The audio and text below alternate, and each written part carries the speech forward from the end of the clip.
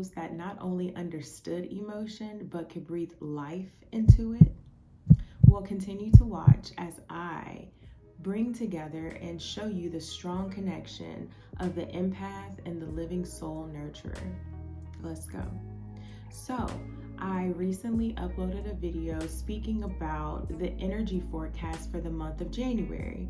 So, in this month of January, we are governed by the living soul nurturer, the number 1.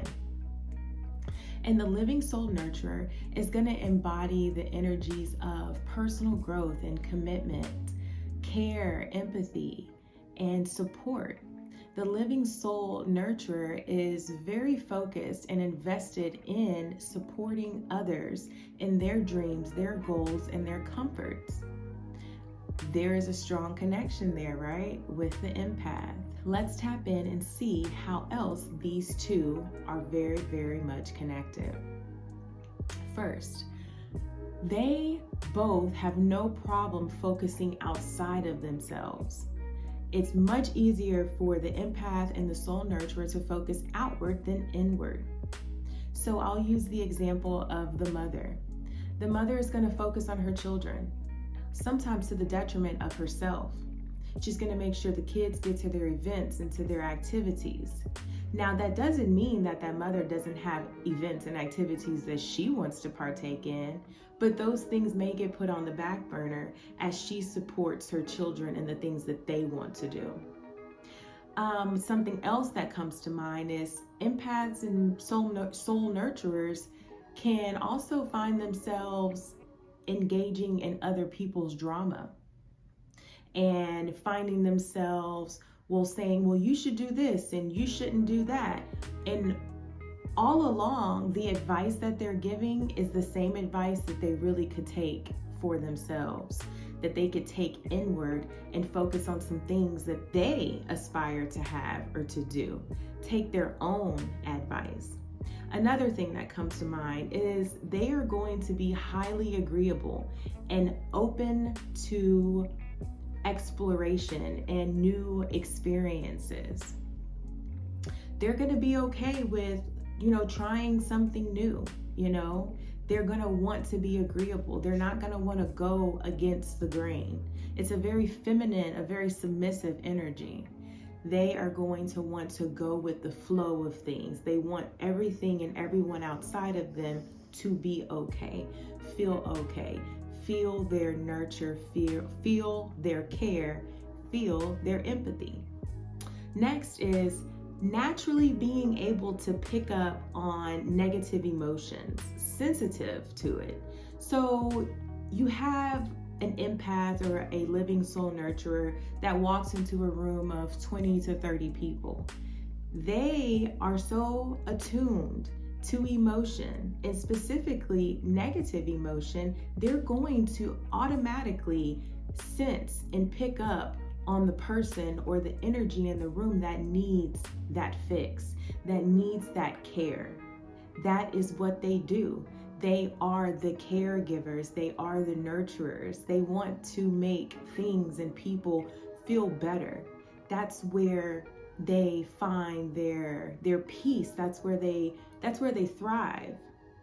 Nothing wrong with it. It is actually an amazing, amazing superpower of an empath and the living soul nurturer. Another one is neurotic, which means tends to be emotionally unstable at times because of the sensitivity to those energies. So being mindful of that, the empath and the living soul nurturer are very sensitive to negative energies. And so that in return can make them be a little off kilter at times. They also have a hard time saying no. And for example, would be a person at work that is an empath or a living soul nurturer. They do their job. They have their position in the business and within the company, and they do that job, and they do that job well. Well, this particular person is always being bombarded by other people asking them, can you do this too? And other people putting off their task on this person. the living soul nurturer and an empath is going to have a hard time saying no. They're going to have a hard time putting up boundaries. They're going to say yes, and they're going to take on more, and they're going to take on more. Just having that hard time of drawing the line, putting up boundaries for the sake of themselves.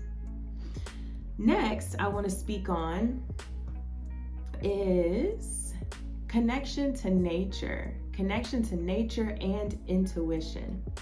So this connection to nature and intuition can really, really make a living soul nurturer and an empath super, super creative. And that's because the strong connection to nature and intuition, it inspires creativity that they are drawing from just the natural environment, from the human experiences, emotions, and relationships. And so you may find an empath or a living soul nurturer very artsy. They could be poetic. They can be just really into different like visual arts. And another thing that I find really, really interesting is this particular superpower of theirs can manifest in various forms, such as like visual arts, poetry, and even like innovative problem solving in different areas of life, which is why I strongly believe is the perfect pair with the living soul communicator, which the living soul communicator is the energy that's governing our entire year of 2024. So those two together I think that it's an amazing powerhouse with those two together. And so we are highly supported in this month, at this time, in this year, to really bring things together, really create beautiful balance between opposing sides. So I hope that this helped you understand a little bit more about how I feel that the empath and the living soul nurturer are one of the same. They have some beautiful, beautiful attributes. And of course, like with anything, there are also some shadows to it. But I believe the two of these come together very, very well. And they are great mirrors, proclivity mirrors of each other. So yes, thank you so much for tuning in. I hope that you have a better understanding of how the empath and the living soul nurturer come together very well. And until next time, I send you peace, I send you light, and I send you love. Bye.